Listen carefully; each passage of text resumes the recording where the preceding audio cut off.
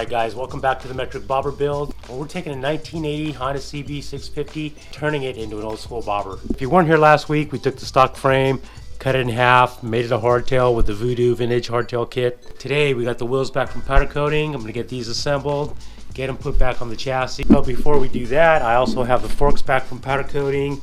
These look nice and fresh. So I got to get the forks assembled with the new seals and everything. Obviously before we put these on, we got to get the triple clamp back on.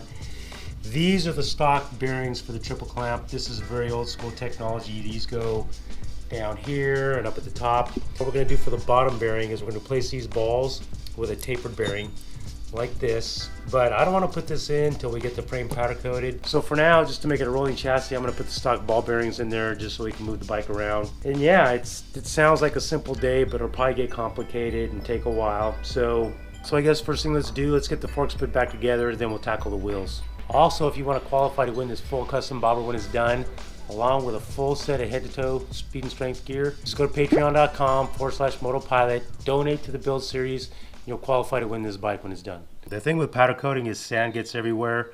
So right now I'm just tapping out these drain plug holes to make the threads nice and fresh. There's a lot of sand inside the fork leg here, so I'm going to flush this thing out with some gasoline.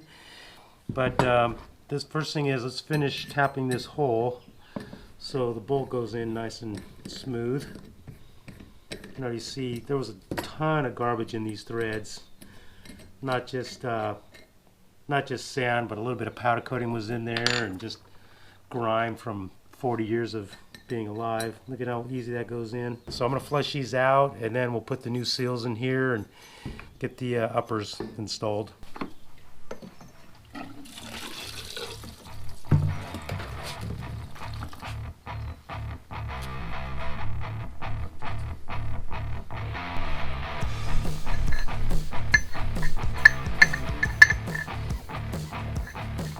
Alright, so before we install the seals, what we'll do is we'll install the upper leg into the lower leg, and then we'll put this bolt in the bottom here. Obviously it goes through this hole right here, so this will be here like this. This bolt will go into the shaft right here. Then we'll just slide the seal on top and good to go.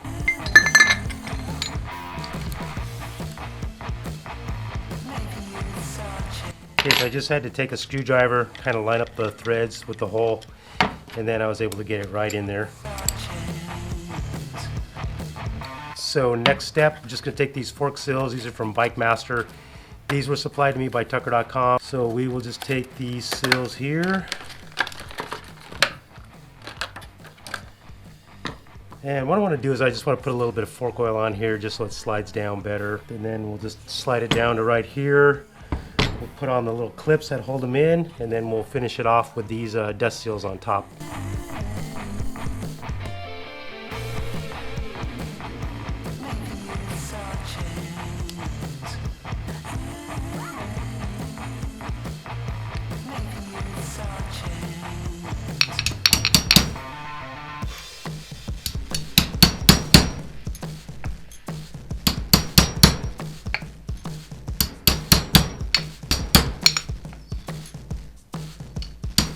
So what I'm doing here is I just have an Allen head extension, and I'm just slowly tapping the seal down until it's in all the way. The way you'll know if your seal's in far enough is there's a little groove on the inside of the fork leg for this clip to slip into. So when you can see that groove, you know you've gone far enough. So now we're just going to slide this clip down here and just pop it in there. Take a flathead screwdriver. Slide it down so it pops into the groove.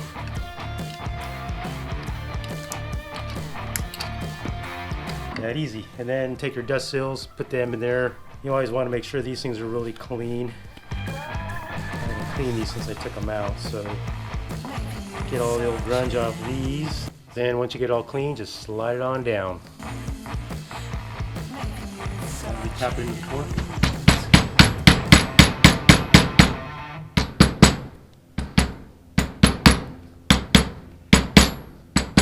There you go. Good as new. And we'll just do the other one and we're good to go. Alright, before I work on the front end, what I want to do is I want to get some weight on the rear end. So I'm going to put the back wheel together, get it attached to the frame. That'll stabilize the bike a little bit more. then we'll work on the front end. So this here is a sprocket hub. It's got all new bearings in it. So I'm just going to slide the sprocket on here, put on the new nuts. These were covered in grime, so I cleaned them up a little bit. I'll probably replace these later with new ones just so they look shiny. I'm just going to get this thing assembled right now. I'm not going to torque anything down. I can come back later and do that, probably after I get the new nuts on there. If you remember, this sprocket got powder coated that copper chrome, so it's real subtle, but it's there. Okay, that sprocket is not down all the way, so let's get a rubber mallet and tap that down. I don't know what's... Sometimes when you powder coat, it makes things thicker. Yeah, that's not even... it's got to go down about another 1/4 of an inch. So I think what's happening is because there's powder coating inside here, it's made it thicker, and it's rubbing against this shoulder right here. So rather than remove any of the powder coating from this hub, I'm going to take the powder coating out of here with a Dremel tool, and then we'll see if it slides together better. I'm going to knock off the heavy stuff with this metal blade, and then I'll come back with more like a sanding bit.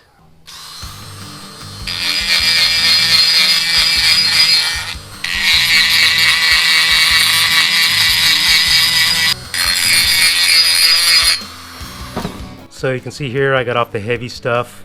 It's amazing how thick and strong powder coating is. Okay, so let's come back and hit it with this bad boy.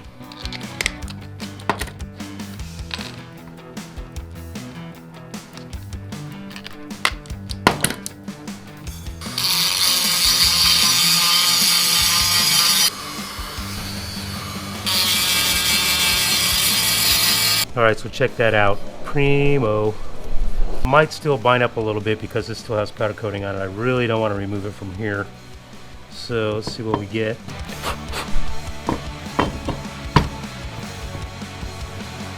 That's much better. Normally too I would Loctite these, but because I'm going to replace them, I don't want to Loctite them just yet.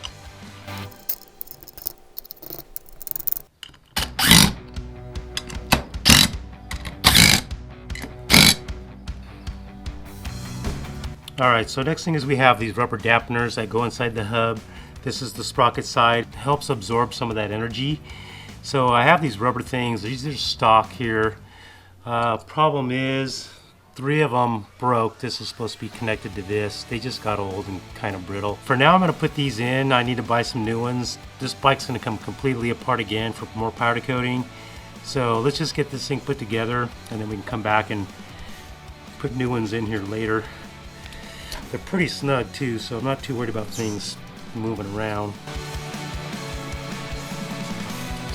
I already cleaned these things up really good. They were covered in brake dust. Alright, and hopefully this will go on without too much trouble because this is all powder coated now. This fits in here, so now we have less clearance. Hopefully I don't have to grind all this powder coating off here because that would just be a pain in the butt. So let's see what we get here.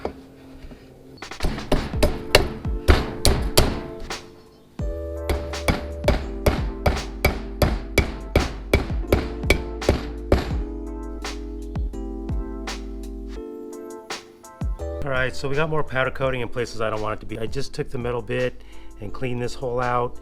Now I'm just grinding off this surface here.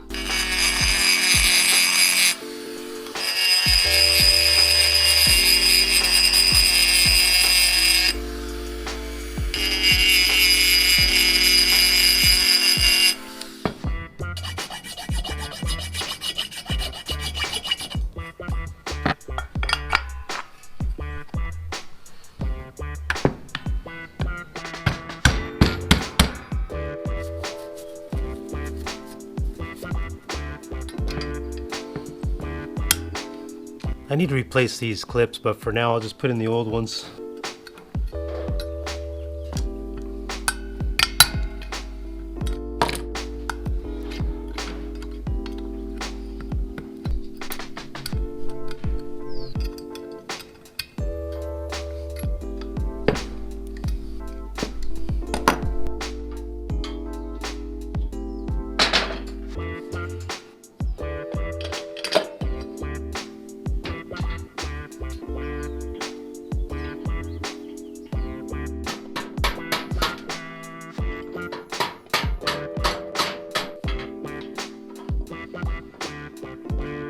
Okay, we have a little situation here. This is my spacer. This is my frame. You can see the spacer needs to go in this gap, and it's about 1/4 of an inch too thin right here. So I'm gonna have to take some, put some thought into this, check this dimension. We may have to take this frame back into the shop, open things up a little bit so I can get the back wheel on. So let me play with this for a little bit, and maybe I can get it on. All right, I measured the stock swing arm. It measures 10 1/8 from here to here on the inside. Let's see what we have here. Oh, 9.5. That's not good. So I'm gonna have to open this up a little bit here to get the back wheel in there. So I don't know. For now, we'll just concentrate on the front end then. So to put the triple clamp on, I'm just gonna put a heavy dose of grease around this race right here.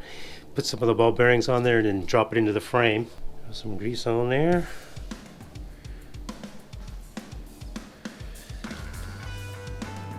I know you can't see what I'm doing, but putting ball bearings around the race here. Like that, see that? Real easy to lose these things too. I'm already missing some, but I'm not too worried about it because this whole bottom bearing here will be replaced with that tapered bearing. Okay, and then we just drop this into the frame. Just kind of hold that there, and then I'll do the same to the top. Yeah, this doesn't need as much grease because the race will hold the bearings in place. But of course you want grease on your bearings. And then I'll drop all these in and put on the top clamp.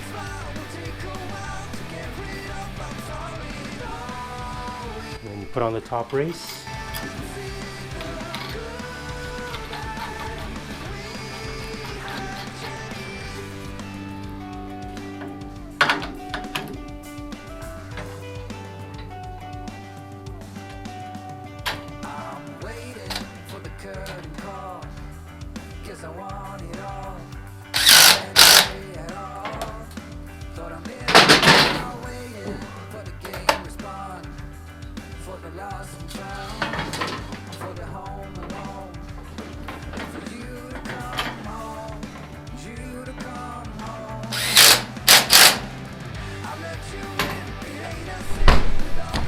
So let's see if I can remember how to put this front wheel together.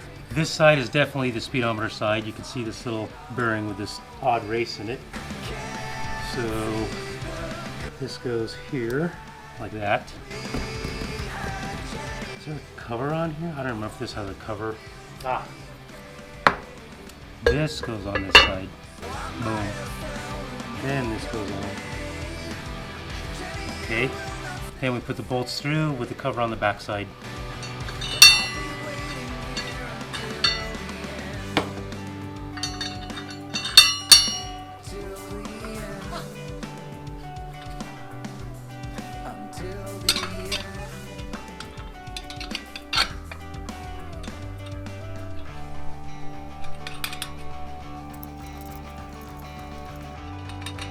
So once again, I'll come back and I'll torque these later.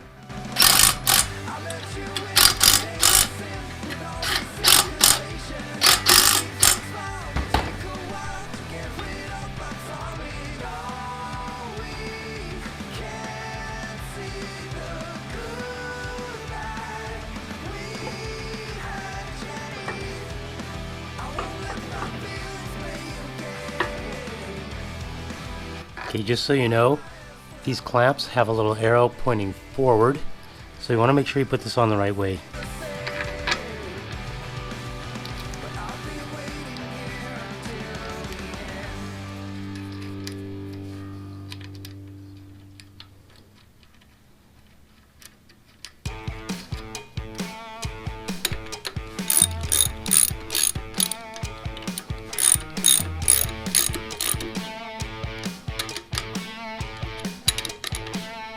Once again, I'll come back later and I'll torque these down correctly.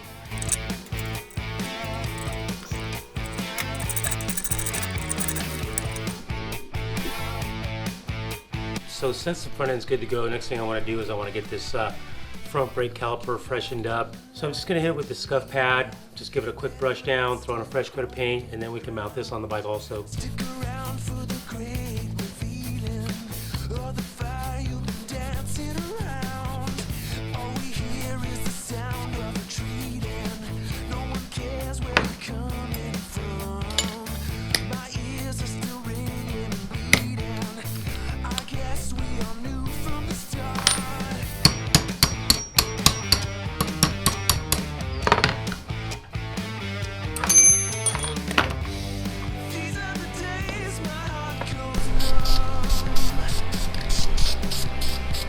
By the way, I'm using high temperature engine enamel from VHT because these things get really hot.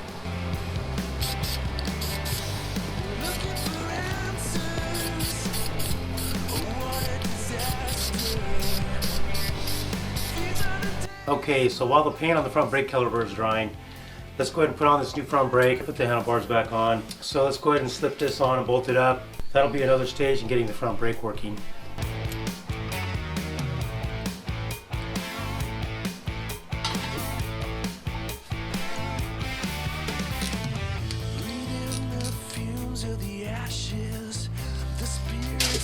Alright folks, we have another situation here. When I put this hardtail on, I didn't have the back wheel with me. And as you can see, there's only about a 1/4 inch gap right there between the tire and this cross member.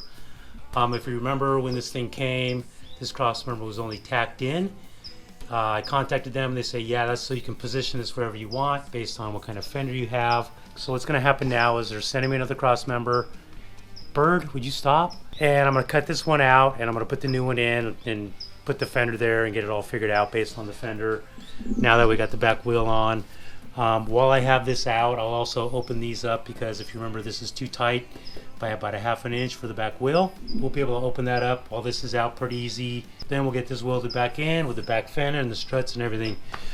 That should happen in the next video. Also, the motor goes in for the next episode. I got to put the new motor mounts here and these get welded in. So yeah, it is coming together. Don't forget, if you want to win this bike, patreon.com/motopilot for as little as $1 per video donated to this series. You can qualify to win this bike along with a full set of speed and strength head to toe gear worth like 810 bucks. The more you donate, the higher your odds of winning. That's it for this episode. We'll see you next time.